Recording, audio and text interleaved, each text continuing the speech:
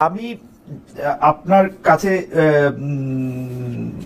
যে বিষয়টা নিয়ে আসতে চাই সেটা কিছুটা আমি ইন্ট্রোতে বলতে চেষ্টা করেছি, কিন্তু সেটা নিয়ে আসলে আমার গুছিয়ে বলার ভাষাটা নাই। কারণ হচ্ছে আজকে আমি ডিআরইউতে মঞ্চ ৭১-এর গোল টেবিল আলোচনা যেভাবে স্লোগান দিয়ে, প্রায় গায়ে হাত দিয়ে, মানে মারধর না করেও কানের কাছে গায়ে হাত দিয়ে, কাউকে কাউকে গায়ে হাত দিয়ে যেভাবে তুলে দেওয়া হলো, এইটা আসলে কতটা যৌক্তিক? কেউ কেউ ফেসবুকে লিখছেন এই আব্দুল লতিফ সিদ্দিকী তো শেখ হাসিনার ছেলের কথা বলে জেলে পর্যন্ত গিয়েছিলেন, মন্ত্রিত্ব হারিয়েছিলেন, তাকে আওয়ামী লীগ আর কখনো একসাথে করে নাই। করুক না করুক, মানে তিনি আওয়ামী লীগ করে না করে সেটার জন্য আইন আছে। মানে এটা কি, মানে আমরা এটা নিয়ে প্রশ্ন তুললে আমরা আমরা আমরা দেখছি যে জবাব এরকম আসছে যে এটা প্রেশার গ্রুপ। আওয়ামী লীগকে আসলে রাজনীতি করতে দেওয়ার সময় বা যারা আওয়ামী লীগ ভাবাপন্ন তাদেরকে আসলে এই গণতন্ত্রের যেগুলি সংজ্ঞা বা বৈশিষ্ট্যের মাপকাঠিতে তাদের মাপা যাবে না। আমরা একটু আপনার কাছে শুনতে চাই একই ব্যাপার আসলে আশরাফ কায়সার ভাই আপনার কাছেও শুনতে চাই। আগে একটু আমরা মান্না ভাইকে শুনে আসি যে এটা আপনারা আসলে কিভাবে দেখতেছেন, কি ঠিকই হইতেছে? মানে আমরাও কি গিয়ে উনাদের কানের কাছে গিয়ে বলবো আওয়ামী লীগ ধর, জেলে ভর বা গায়ে হাত দিব? মানে আমাদের কি করা উচিত যদি একটু বলেন। মান্না ভাইকে আমি শুনতে পাচ্ছি না। জি এখন শুনতে পাচ্ছি, এখন শুনতে পাচ্ছি। আমরা তো এরকম করছি না, আমরা এরকম করছি না, আমরা এরকম করে উৎসাহ দিচ্ছি না। কারণ হচ্ছে এগুলো করা ওই ঔচিত্যবোধের কোনো ব্যাপারই নেই এটার মধ্যে। ঘটনা আমি দেখেছি, যেমন আমি বলি লতিফ সিদ্দিকী ভাইকে তো আমি খুব ব্যক্তিগতভাবে চিনি। তার মন্ত্রিত্ব থেকে বাদ যাওয়া, তারপরে তার কেন্দ্রীয় কমিটির সদস্যপদ বাদ যাওয়া, জেল খাটা, জেলে যখন ছিলেন তখন আমি থেকে দেখতে গিয়েছিলাম বিজি হাসপাতালে, জেলের মধ্যে না, তখন তার কথাবার্তা আমি শুনেছি। খুবই মানে একটু পাগলাটে টাইপের, খেপা টাইপের, কিন্তু মনটা খুবই পরিষ্কার। এটা আমি একদম ওপেনলি বলছি, যারা যারা তার সাথে আজকে যে আচরণই করেছে, যাই করেছে, তারপরে আমি বলবো। তবে যখনই এমন হয় বলে ফেললে, যেমন সজীব ওয়াজেদ জয় সম্পর্কে যে কথাগুলো বলেছিলেন, একেবারে আন্তরিক অভিব্যক্তি প্রকাশ ছিল। পরে রাজনৈতিক বা দলীয় চাপে দিতে হবে সেটাকে একটু টুইস্ট করে একভাবে একটা শেপ দেওয়ার চেষ্টা করলেও বোঝা গেছে যে উনি তার কথায় ছিলেন। সবচেয়ে বড় কথা, আমি এখানে আসবার আগে দেখলাম যে একটা ভিডিও দেখানো হচ্ছে যে সবাই তাকে বিভিন্ন রকম প্রশ্ন করছেন, তার জবাব দেওয়ার চেষ্টা করছেন। তাকে জিজ্ঞেস করেছে যে আপনি জুলাইয়ের সময় কি করেছেন, কোথায় ছিলেন? তিনি বললেন আমি তো জুলাই আন্দোলন সমর্থন করেছিলাম, আমি তো বলেছিলাম যে সরকারের পদত্যাগ করা উচিত। আমার সঙ্গে আছেন আমরা সেন্ট্রাল কমিটির একজন সদস্য, তার বাড়ি টাঙ্গাইল, উনি আমাকে এর আগেই এই কথা বলেছেন যে উনি জুলাই আন্দোলন যখন মোটামুটি জমজমাট হয়ে যাচ্ছে তার আগেই উনি বলেছিলেন যে যে রদ্দুর পর্যন্ত পরিস্থিতি আছে তাতে তার পদত্যাগ করা উচিত। উনিকে জিজ্ঞেস করছে আপনি এখানে এলেন কেন? উনি সেটা বলছে আমাকে বলা হলো যে এইখানে এই বর্তমান পরিস্থিতির উপরে কিছু কথাবার্তা ভালো হবে, অন্য কোনো কিছু ভেবে আমি সেই নর্মালি আসছি। কিন্তু আর একটা দিকে আমি আপনাকে বলি যে এই যারা অর্গানাইজ করেছে ৭১ মঞ্চ, সম্ভবত নাম, বা মঞ্চ ৭১ যেটাই বলুক, তারা বেশ কিছুদিন ধরে এখানে করে গিয়ে কথাবার্তা বলছিল বিভিন্ন রকম। সরাসরি আওয়ামী লীগের পক্ষে বলছিল না, কিন্তু পথ পারে সেই মানুষগুলো আওয়ামী লীগ করা মানুষ, এবং সেই মানুষগুলো খুব স্পট আছে, তাদের মামলা আছে, সেরকম তারা প্রকাশ্যে ঘুরে ঘুরে বেড়াতে পারে। এবং সেখানে গিয়ে তারা এক ধরনের সরকারি বাড়াবাড়ি, যেটা আসলে আওয়ামী লীগের উপর করা হচ্ছে, নাম না বলে বলছে, সেগুলোর কথা বলছে, একটা লিফলেট দিয়েছে। ধারণাটা প্রায় প্রতিষ্ঠিত হয়ে গেছিল যে এরা আসলে আওয়ামী লীগেরই আর একটা ফ্রন্টের মতো ওপেন করেছে, যেটা দিয়ে বিভিন্ন রকম সেমিনার সিম্পোজিয়াম করবে, কথাবার্তা বলবে, এক ধরনের ক্যাম্পেইন বিল্ড আপ করবে। আমি ধারণা করি যে সেই রকম চিন্তা থেকে এই রিঅ্যাকশনটা হয়েছে। ওকে, কারণ আপনি নিশ্চয়ই খেয়াল করেন যে না আপনি শেষ করেন, আমি একটু মাঝখানে বলতে চাইছিলাম যে আমরা মান্না ভাইকে একটু আস্তে শুনতে পাচ্ছি। আমি একটু যদি আবির ভাইয়ের অনুরোধ করে যাবে ভাই একটু সাউন্ডটা বাড়ানো দরকার, আমাদের দর্শকরা একটু কম শুনতে পাচ্ছেন মান্না ভাইকে। জি মান্না ভাই আপনি বলেন। না এটা হয়তো আমার কণ্ঠের দুর্বলতা হতে পারে, যেরকম করে আশরাফ কায়সার বলতে পারবে কণ্ঠ যত বড় শোনা যাবে আমারটা তত বড় শোনা যাবে না। আমার মনে সেকেন্ড পয়েন্টটা ছিল এরকম যে এই যে, আচ্ছা পয়েন্ট আমি পরে বলি। আমি একটু প্রশ্নটা করি, আমাদের দর্শকরা আপনাকে অনেকে শুনছেন, কেউ আপনাকে বলছেন যে আপনার কণ্ঠটা একটু কম শোনা যাচ্ছে, আবার কেউ একটু এইটা বলছেন যে আপনার কণ্ঠটা কি বিএনপি রোধ করে দিল নাকি কেউ, সেটা একটা কথার কথা, আমি সেটা ধরতেছি না। একজন বলতেছিল যে উনার নাম মমিন, উনার কথাটা আমার কাছে একটু প্রতিযোগ্য মনে হচ্ছে, উনার নাম মমিন। উনি বলছেন মব শুরু করেছিল আওয়ামী লীগ। আমি কিন্তু এই কথা মানি যে মব আওয়ামী লীগ শুরু করেছিল, কিন্তু এই সরকার বা যারা মব করে তারা কি আওয়ামী লীগের অনুসারী? ওই সময় কিন্তু আমরা দেখতেছিলাম যে সবগুলি দোষ, মানে আপনি আমার সাথে অনুষ্ঠানে ছিলেন, যে কিছুই নেই ওরা বলতো যে এরা জামাত বিএনপি এই জিনিসটা করে। তো জামাত বিএনপি কি সরকার চালায়? ওই সময় সরকারের মন্ত্রীদের আমরা এই প্রশ্ন করতাম। আওয়ামী লীগ মব শুরু করছিল বলে কি এইগুলি আমাদেরও করতে হবে? ওরা ডিসগাইজ করে, ওরা যদি দল করে, ওদের যদি সামনে আসার সাহস না থাকে, এইটাই তো নৈতিক পরাজয়। এর চেয়ে মানে এটা এখন আমাদের উদযাপন করতে হইলে কি এইটা আমাদের ওয়ে, বা এটা আমরা কেন করতেছি আসলে? দুটো যেই বলি খালেদ, প্রথম কথা হচ্ছে এখন যে সরকার আছে এটা একটা বায়বীয় সরকার, এটা একটা পানির মতো তরল সরকার, এর কোনো শেপ নেই, কোনো কালার নেই, এটাকে ঠিক টাচ করা যায় না, এদের কোনো রেসপন্সিবিলিটি সেরকম করে মনে হয় না। মানে অনেকগুলো ঘটনা বলা যাবে যেখানে সরাসরি সরকারের দায় নেওয়া উচিত, সরকার এই ব্যাপারে একেবারে উদাসীন, এরকম মেলা ঘটনা অতীত দেখেছেন। আমি কাহিনী বাড়াতে চাই না, উদাহরণ বাড়িয়ে মূল কথা বাদ দিতে চাই না। এই কারণে হয়েছে কি, এই যে মব তৈরি হচ্ছে, এই মবই তৈরি হবে কিরকম করে বললেন? যেরকম যখন আপনার ওই যে টুঙ্গি পাড়ার ঘটনাটা ঘটলো, এটা খুব সিম্পল ব্যাপার ছিল, একটা 144 জারি করে দিতেন, উভয় পক্ষকে রেস্ট্রিক্ট করে দিতেন, মাঝখানে পুলিশ আর্মি দাঁড়িয়ে দিতেন, কিছুই হতো না, ডাব্বিট করেনি। এইখানকার ব্যাপারটা হচ্ছে যে এই কাজটা যে হচ্ছে, মানে তারা একটা সেমিনার করতে যাচ্ছে এবং সেটা প্রতিরোধের চেষ্টা হচ্ছে, দুটোই ইন্টেলিজেন্স কি জানেনি, কিন্তু তারা কিছুই করে নাই, মনে হচ্ছে যে তারা এটা এরকম করে উস্কেই দিচ্ছে বোধ হয়। তারা নিজেরা করছে, তারা নিজেদের করছে, তাই করছে যারা, তারা বিভিন্ন রাজনৈতিক দলের শুধুমাত্র সমর্থক না, তাদের কর্মীও আছে যারা এইটা লোকজন নিয়ে আসে এবং কর্মীদের নিয়ে আসে, এবং তাদের যে জিনিসটা মব দেখাচ্ছে, মব মানে বেশিরভাগ ক্ষেত্রে মব না, এগুলো দলের অনুরক্ত ভক্ত কর্মী সমর্থক, তাদের নিয়ে এসে একটা ইমোশনকে ফর্ম করে কাজটা করা হচ্ছে। তবে এই জিনিসটা দিন দিন কমছে, এটাও অবজার্ভ করবো মতো। দিন দিন কমছে বলে মনে করছেন মানা ভাই? আমি আশা ভাইয়ের কাছে আসি, যে আশা ভাই একই প্রশ্ন, যে আমরা আসলে এটা কেন করতেছি? আজকের যে ঘটনা ঘটেছে এটি নিয়ে কলঙ্কজনক একটি ঘটনা, নিন্দা করা ছাড়া এবং এটি যেন আর না ঘটে এরকম করে আমাদের বলা ছাড়া আর কোনো পথ নেই। কিন্তু আমি বলি যে এই মঞ্চ ৭১ কারা? এই মঞ্চ ৭১ কয়েক মাস ধরে আওয়ামী লীগের একটা সফট ন্যারেটিভ বাজারজাত করার চেষ্টা করছে। আপনি জানেন খালেদ, আওয়ামী লীগ বিপদে পড়লে মুক্তিযুদ্ধ তাদের একটা অবলম্বন হয়ে ওঠে, এবং অতীতে শেখ মুজিব তাদের অবলম্বন ছিল, এখন আর সেই অবলম্বনটি নেই। কাজেই মঞ্চ ৭১ বলে জেরাই খান পান্নাকে সামাজিক যোগাযোগ মাধ্যমে এবং 15ই আগস্টকে ঘিরে আমরা একটা উত্তেজনা, অদায়িত্বশীল উত্তেজনা তৈরি করতে দেখলাম। আজকেও কিন্তু উনি ওনার আমন্ত্রণে লতিফ সিদ্দিকী ওখানে গেছেন, কিন্তু হোস্ট নিজেই সেখানে ছিলেন না। এবং মঞ্চ ৭১ বলে যারা যোগ দিয়েছেন তারা কেউ কেউ টকশোতে আওয়ামী লীগের পক্ষে সফট ন্যারেটিভ বিতরণ করেছেন গত কয়েক সপ্তাহে। তাই বলে তাদের সভা সমাবেশ করার অধিকার নাই, গোল টেবিল করার অধিকার নাই, অথবা আমি গিয়ে শারীরিকভাবে আক্রমণ করব, এটি কোনোভাবেই যুক্তিযুক্ত না। এই সংস্কৃতি থেকে আমাদের বেরোতে হবে। একে মব, প্রেশার গ্রুপ বা অন্য কোনো নামে ডেকে এর যে ভয়াবহতা সেটি যেন আমরা কমিয়ে না দিই।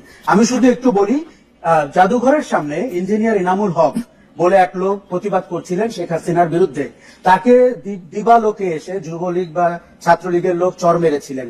মাহমুদুর রহমান আমার দেশ সম্পাদক, তাকে কোর্টে তাকে আক্রমণ করে রক্তাক্ত শরীর করেছিলেন, তার গাড়ি ভেঙে দিয়েছিলেন। আবুল আসাদ দৈনিক সংগ্রামের সম্পাদক, বয়োবৃদ্ধ মানুষ, তাকে পাজাকোলো করে ওই অফিস থেকে বের করে দেওয়া হয়েছিল। ওই ঘটনাগুলো কিন্তু আওয়ামী লীগ শাসন আমলে ঘটেছিল। আজকে যারা নিন্দা করছেন তারা কি ওই ঘটনার সময় কোনো টু শব্দ করেছেন? আপনি অন্তত দৈব চয়ন পদ্ধতিতে 5টা খোঁজ করে দেখেন, আপনি উত্তর পাবেন না। তার মানে তাদের মানবাধিকার সেন্স অথবা মত প্রকাশের স্বাধীনতার সেন্স এটা কিন্তু মুখ চিনে সিলেক্টিভ, আমল চিনে। এই ঘটনা আমার দুইটা মানে উত্থাপন আছে, ঠিক প্রশ্ন না। মানে একটা হচ্ছে আওয়ামী লীগের পক্ষে সফট ন্যারেটিভ তৈরি। আমি কিন্তু আওয়ামী লীগকে মানে আপনাকে যেটা ফলো করি, আমি আপনাকেই বলি যে আপনি যতটা শক্তিশালী ভাবেন আমি আওয়ামী লীগ ততটা শক্তিশালী ভাবি না। আমার পক্ষে যুক্তি হলো, আমি 2023-এর অক্টোবরে বলছিলাম যে শেখ হাসিনা আপনি আপনার পদ থেকে পদত্যাগ করেন, তারপর শেখ রেহানাকে বানান প্রধান নির্বাচন কমিশনার, তারপর আপনি অধিকাংশ আসনে হারবেন। কারণ এই যে সফট ন্যারেটিভ তৈরি করেন আর আপনি যাই করেন, আপনি যাই করেন, আপনার কাছে যদি রাষ্ট্র ক্ষমতা না থাকে, আপনি আসলে আওয়ামী লীগকে আমি অত বড় দল মনে করি না। ছাত্রলীগ যুবলীগ সম্পর্কে আমি মনে করি ছাত্রলীগ যুবলীগ একটি গালি। ছাত্রলীগ যুবলীগ ওই সময় মাহমুদুর রহমান সাহেবের সাথে কি করছে, আবুল হাসান সাহেবের সাথে কি করছে, এনামুল হক সাহেবের সাথে কি করছে, তারপরে 100 বার ধান কাইটাও 50,000 বার আমাদের পায়ে ধরেও কিন্তু ওরা আমাদের মনে আর আসে না। এটা একটা গালি, প্রতিষ্ঠিত গালিতে পরিণত হয়েছে ছাত্রলীগ যুবলীগ, আপনি যাই বলেন।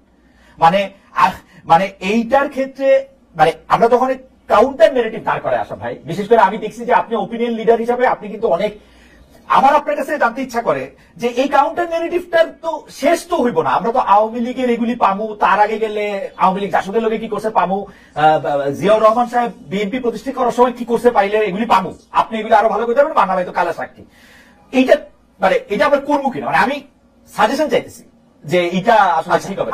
আমার খালেদ, আমার স্ট্রং সাজেশন হচ্ছে এই পথ অবলম্বন করা যাবে না, এই পথের শেষ হতে হবে। অতীতের দিকে তাকালে আপনার মনে প্রতিহিংসা জাগবে, ক্ষোভ জানবে, হতাশা জাগবে, কিন্তু এইটা কোনো পথ না। আরেকটা জিনিস, যে গৌরবোজ্জ্বল গণ অভ্যুত্থান হয়েছে এবং যে রকম ভাবে পলায়ন করেছেন শেখ হাসিনা এবং তার দুঃশাসন, তারপরে এটি মানানসই না। আর তৃতীয় হচ্ছে, যারা এই মব ভায়োলেন্সের সাথে যুক্ত এই লোকগুলো কারা? এই লোকগুলো অদায়িত্বশীল, তাদের গণ অভ্যুত্থানে তেমন কোনো ভূমিকা নাই, তারা একটা ভালনারেবল রাজনৈতিক সময়ের সুযোগ নিচ্ছে। আমি বরঞ্চ বলবো এরা গণ অভ্যুত্থানের বিপক্ষ শক্তি, কেননা গণ অভ্যুত্থানের ভেতর দিয়ে মানুষের মধ্যে যে আশা আকাঙ্ক্ষা জেগে উঠেছিল, এই আইন বহির্ভূত কর্মকাণ্ডগুলো মানুষকে বিভ্রান্ত করছে, বিচলিত করছে এবং হতাশ করছে। কাজেই আমি কোনোভাবেই বলছি না it can continue, it can't. আরেকটা জিনিস হচ্ছে যে আওয়ামী লীগকে আমি অত শক্তিশালী মনে করি না, কিন্তু আমি তাদের কালচারাল হেজিমনি অথবা তাদের সফট ন্যারেটিভ তৈরি করার যে ফ্যাক্টরি, সেটিকে মনে করি। আপনি আজকে খেয়াল করবেন, আজকের ঘটনার পরে সামাজিক যোগাযোগ মাধ্যমে বলা হয়েছে মুক্তিযুদ্ধের উপরে আক্রমণ হয়েছে, মুক্তিযোদ্ধার উপরে আক্রমণ হয়েছে। এখন একজন মুক্তিযোদ্ধা যদি অপরাধ করেন অথবা দুঃশাসনের সঙ্গী হন অথবা ফ্যাসিবাদী শাসনের কলকাঠি নেড়ে থাকেন, তার উপরে আক্রমণ করলে এটা আওয়ামী লীগের একটা চিরায়ত হচ্ছে, এটা মুক্তিযুদ্ধের উপরে। কিন্তু তারা যখন দুঃশাসন করছিলেন তখন কিন্তু বলেন নাই যে মুক্তিযুদ্ধের দুঃশাসন চলছে, তার মানে বেছে বেছে তাদের একটা বয়ান আছে। এই মুক্তিযুদ্ধের এই দোকানদারি থেকেও তো আমাদের মুক্তিযুদ্ধকে বাঁচাইতে হবে, আওয়ামী দোকানদারি থেকে।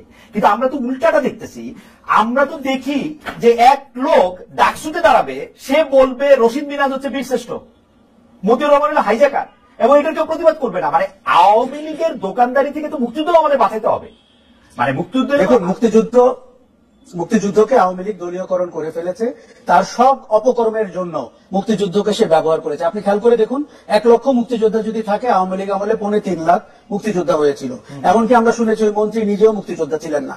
এই হচ্ছে আওয়ামী লীগের মুক্তিযুদ্ধের চেহারাটা। আপনার সাথে আমি পুরোপুরি একমত, আওয়ামী লীগের হাত থেকে মুক্তিযুদ্ধকে রক্ষা করতে হবে, কিন্তু এখন যেভাবে চেষ্টা করা হচ্ছে এটা সাংঘাতিক সুইসাইডাল, এবং তাতে করে ওই ন্যারেটিভে বাংলাদেশ ফেরত যাচ্ছে, আওয়ামী লীগের বিকৃত ন্যারেটিভে। কাজে খুব সচেতন ভাবে খেয়াল করতে হবে এরা আদৌ দেশের পক্ষের শক্তি কিনা, গণতান্ত্রিক রাজনীতির পক্ষের শক্তি কিনা। আমি পরিষ্কার আপনাকে বলে দিই, কিছু ইন্ডিভিজুয়াল তারা পাওয়ার পেয়ে গেছেন, তারা অন্তর্বর্তী সরকারের অংশ, তারা মব ভায়োলেন্সের ক্রীড়ানক, এবং তারা দেশে বিদেশে থাকেন, ইউটিউব পরিচালনা করেন। তারা চান না এই দেশের গণতান্ত্রিক রাজনীতি আবার স্থিতিতে ফেরত আসুক, তারা চান এই অচল অবস্থা চলতে থাকুক, তাহলে তাদের গুরুত্ব তৈরি হবে। তারা কিন্তু অ্যানার্কিস্ট, কাজেই তারা কারো বন্ধু না, এই কথাটা পরিষ্কার বলতে চাই। আশা ভাই, আপনার কাছ থেকে এটা আমি আবার একটু মানে এটা আপনি আর একটু ইলাবোরেট করবেন কিনা। আমরা আপনার কাছে, যেহেতু আপনি মত মরণ, মানে অ্যানার্কিস্ট আমরা বলতেছি বটে, কিন্তু এখন একটা রাষ্ট্রের যোগাযোগের ছাত্র হিসেবে আমি মনে করি যে রাষ্ট্রের চাহিদা যদি থাকে যে আমি 15 বছর 25 বছর 1500 বছর শোষিত হয়েছে, আমি এখন অ্যানার্কিজমের মধ্যে দিয়ে যাইতে চাই, সবকিছু ভাইগা চড়ে ফেলতে চাই, আমি গিলেটনের মাধ্যমে যাদের মানে পোশাক আশাক তাদেরকে আমি কতল করতে চাই, এইটা যদি হয় আমার মানসিকতা, কারণ আমি বঞ্চিত, এইটারও তো আমি আসলে খুব বেশি কেমনে এটাকে মানা করবো, ওইটা জায়গা থেকে আমি আপনার কাছে আসতেছি। মানা ভাই, আমি আপনার কাছে একটু জানতে চাইবো যে আপনি তো অনেক দিন রাজনীতির সাথে সরাসরি যুক্ত, মানে সেটা যদি 40 বছর থেকেও তার চেয়েও বেশি, যদি ছাত্র রাজনীতি এটা কথা। তো আমরা যখন জয়ী হই বা কোনো কিছুর উপরে যখন আমরা জয়লাভ করি, তখন পরাজিতের উপরে আমরা আক্রোশটা কেন দেখাই? মানে পরাজিতর ক্ষেত্রে আমরা কেন এরকমটা দেখাতে পারি না যে ও আচ্ছা তোরা হেরেছিস, এখন আমাদের থেকে সাজেশন নে, আমাদের কথা মেনে চল, তোদেরকে এইটা করে দিচ্ছি, এইটা না হয়ে আমাদের আক্রোশটা কেন থাকে? মানে আমরা তো জিতে গেছি যেটা, মানে মরাকে ধরেন মানতে এরকম আমরা যদি হয়, কেন পছন্দ করি মানা ভাই, এটা যদি ধরেন এরকম যদি হয় যে একটা নির্বাচন হয়েছে, একটা পিসফুল নির্বাচন, তাতে একদল জিতেছে আর একদল হেরেছে, তখন এই প্রশ্ন আপনি করতে পারবেন না। এরকম উদাহরণ বাংলাদেশেই আছে যে মোটামুটি ভালো নির্বাচন হওয়ার পরে সম্পর্ক ভালো গেছে, অত বড় মানে হুল হাঙ্গামা হয়নি। কিন্তু যদি এমন হয় যে আগে থেকে সম্পর্কটা খুবই তিতা হয়ে গেছে, একেবারে বিদ্বেষ শুধু হিংসার জায়গায় চলে গেছে, তাহলে জেতার পরে হিংসার শোধ তোলার আকাঙ্ক্ষা সবার মধ্যে হয়ে যায়। এটা মানুষের মধ্যে বোধহয় প্রবৃত্তি। যেমন ধরেন যে ঘটনাটা ঘটেছে 15 বছর ধরে, বিশেষ করে সর্বশেষ বিজয়ের প্রাক্কালে এই 40-45 দিনে মাত্র 40-35 দিনের মধ্যে প্রায় 1,500 লোক মারা গেছে, যেভাবে মারা গেছে এগুলো সব দেখেছে। তো ফলে এইরকম একটা আবেগ, এই যে একটা ক্রোধ, আক্রোশ জন্মানো খুব স্বাভাবিক। আমি মনে করি এটা নিয়ে প্রশ্ন করলে খুব লাভ নেই। এটা যদি আপনার নিজের ক্ষেত্রে হতো, মানে আপনার নিজের ধরেন আত্মীয় স্বজন বন্ধু বান্ধবের উপরে এরকম একটা অত্যাচার যদি আপনার নিজের মনে হয়, তখন আপনার মধ্যে এরকম রিয়েকশন হতো, এটা আমি মনে করি। এটাই স্বাভাবিক। জাতিগত সেই বিদ্বেষ হতে পারে, আবার গোষ্ঠীগত হতে পারে, দলগত হতে পারে, সেরকম করে চলছে। এটা তারই বহিঃপ্রকাশ, অন্য কিছু না। কিন্তু যেমন ধরেন এই ঘটনার পরে আমি বলি আপনাকে, দুটো দল মনে করে, আমি বলি অনেক দল আমি বলতে পারি, আমি নিজের দলকেও একটা দিকে রাখতে পারতাম, কিন্তু জামাত ইসলাম আওয়ামী লীগ বা জামাত ইসলামের সাথে বাকি যারা প্রগতিশীল গণতান্ত্রিক দল, তারা চোখে চোখে কথা বলেনি, সামনাসামনি দেখেনি, পাশাপাশি বসে নাই। তারা এখন বসেছে, বসবার পরে প্রায় মাস 2 ধরে কথাবার্তা বলেছে, এবং সেই কথাবার্তার মধ্যে এরকম হয়েছে, শেষে দেখেন এখন হচ্ছে যে এক পক্ষ আরেক পক্ষ এরকম বলছে যে সে গণতন্ত্র ধ্বংস করার চেষ্টা করছে, সে নির্বাচন বাধাগ্রস্ত করার চেষ্টা করছে। মনে মনে কিন্তু আরো বেশি গালি দেয়, কিন্তু তারপরেও এখন এইটা অনেক সুশীল ভাবে বলবার চেষ্টা করা হচ্ছে, একদম আক্রোশ বিদ্বেষের ছোঁয়া ছাড়া বলা হচ্ছে। এবং এই যে সভাটা চললো এতদিন ধরে, যেটা আপনার ওই কি বলে ঐক্যবদ্ধ কমিশনের মধ্যে হয়েছে, সেটা পিসফুল এন্ডিং হয়েছে, সেটা ওয়াইন্ড আপ করা গেছে। আগে তো দুইজন বড় জনপ্রিয়তা টকশো করতে গিয়ে যে মারামারি লেগে গেছে, ঝগড়া করতো, এখন ওই জায়গাটা নাই। ফলে এটা আমি মানি যে আক্রোশের বিষয়টা আছে, প্রতিহিংসার ব্যাপারটাও আছে, হয়েছে, দেখা গেছে। কিন্তু এখন যেটা দেখছেন, এইটাকে যদি আপনি ওইভাবে বলেন, মানে যে মোবোক্রেসির প্রশ্ন বলেন, এই মবের বেশিরভাগ আমি বলছি একদম একটা অর্গানিক মব নয়, এটা কিন্তু এটা অনেকটা ম্যানুফ্যাকচার মবের মতো, যার মধ্যে দলীয় পরিচয় আছে। আজকে যারা যারা এই কাণ্ডটা করেছে ডিএনইউতে, তাদের মধ্যে অনেক অন্যান্য দলের লোকজন ছিল, তাদের ভূমিকা ছিল, এবং বিভিন্ন জায়গাতে তাদের ভূমিকা দেখা যাচ্ছে। এবং যত জায়গাতে মব তৈরি হয়েছে, আমি নিজে যতখানি খোঁজ খবর নিতে গেছি, আমি দেখেছি জায়গা ভেদে এই মবের বেশিরভাগ পরিচয় দলীয়, এই জন্য এরকম হয়েছে। আর এই দলীয় জিনিস আপনি যদি উস্কাতে থাকেন, তাহলে তো সেরকম হবেই। আর যদি সেটার পেছনে আপনি একটা কিছু পাইয়ে দেবার, কিছু লাভ হবার সম্ভাবনার কথা বলেন, তাহলে তো আরো হবে। এটাই আপনি এটাকে দলীয় বলতেছেন, মানে মানে কোন দলের লোক তারা, বা কাদের? না, দলীয় বলছি না, আমি বলছি যে দলের বিবেচনাতেই আসে, কোন কোন দলের উদ্যোগে হয়েছে, দলীয় সামগ্রিক ভাবে তা না। এখন মনে করেন 5টা দলের আক্রোশ আছে, 5টা দলের লোকজনই আসছে, তার মধ্যে কোন দলের বেশি আছে, পার্টিসিপেশন দেখে বোঝা যাচ্ছে যে এই দল বেশি পার্টিসিপেট করছে। আর মব বলতে যাবো, আবার অর্গানিক যদি বলেন, তাহলে তাদের পার্টিসিপেশন খুব হয়েছে বলে আমি মনে করি না। একটু আশাফ ভাইয়ের কাছে আসতে চাই। আশাফ ভাই, আপনি অ্যানার্কিস্টের জায়গা থেকে আপনি একটু বলতেছিলেন, আমার কাছে আমি সরলভাবে বুঝি যে সাপ্লাই হয় হচ্ছে ডিমান্ডের উপর নির্ভর করে, আমাদের ডিমান্ড তো এখন অ্যানার্কিজমের দিকে, তাই না? আর মান্না ভাই যেটা ইঙ্গিত করলো সেটার থেকে, বা যেটা স্পষ্ট বললো আর কি, দল সরাসরি না বললো, দলের একটা উৎসাহ বা মানে একটা আয়োজন ছিল, সেইটার ক্ষেত্রে অতীত আপনি একটু মন্তব্য করতেন। আমি প্রথমে বলি ডিমান্ড আছে, কারণ পরিস্থিতি হচ্ছে যে আজ পর্যন্ত 12 মাস পরেও এই যে গণহত্যা অথবা আয়নাঘর, গুম খুন, এর কোনো কিছুই আওয়ামী লীগের কোর নেতৃত্ব, কমান্ডাররা তো বটেই, এমনকি তাদের যারা সমর্থক, শুভানুধ্যায়ী, তাদের মধ্যে আমরা কোনো অনুশোচনা দেখতে পাইনি। কি দেখতে পেয়েছি? জুলাই একটা ষড়যন্ত্র ছিল। কি দেখতে পেয়েছি? জুলাইয়ের ভেতরে জামাত শিবির নেতৃত্বে ছিল, জঙ্গিরা দেশ নিয়ে গেছে, মার্কিন যুক্তরাষ্ট্র সাহায্য করেছে। এই যে ন্যারেটিভটা, এটি এখনো আপনি কলকাতায় যারা পলাতক আছেন, গত সরকারের অপতথ্য মন্ত্রী অন্যান্যরা, তারা কিন্তু একই কথা বারবার বলছেন। তাহলে মানুষের ভেতরে ক্ষোভ সঞ্চার হচ্ছে যে আওয়ামী লীগ অপরাধ করেছে, অপরাধ করে পালিয়ে গেছে, কিন্তু স্বীকার করছে না, অনুশোচনা করছে না। এটি একটা। দ্বিতীয় হচ্ছে, অন্তর্বর্তী সরকারের একটি চরম ব্যর্থতা হচ্ছে গণহারে হত্যা মামলা দেওয়া। আপনি যদি সৃজনশীল অপরাধগুলোকে সৃজনশীল মামলায়